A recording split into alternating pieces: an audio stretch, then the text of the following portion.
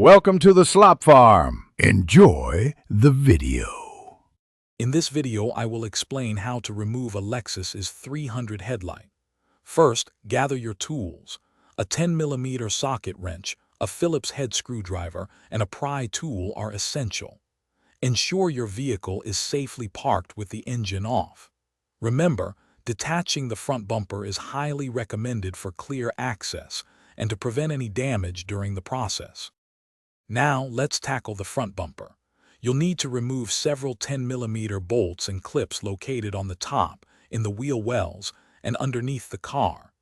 Gently pull back the fender liner to find a hidden screw on each side. Before completely pulling the bumper away, carefully disconnect the wiring for your fog lights and side markers. This ensures a smooth and safe removal. With the bumper safely out of the way, we can now focus on the headlight unit itself. You'll find the main 10mm bolts securing it. Typically, there are 2 on top and 1 in the middle. Also, look for and release any plastic locking tabs or clips located underneath the headlight housing. Finally, carefully unplug all electrical connectors from the bulbs and other components. Once all fasteners and wires are disconnected, you can gently pull the headlight unit forward and out of its housing.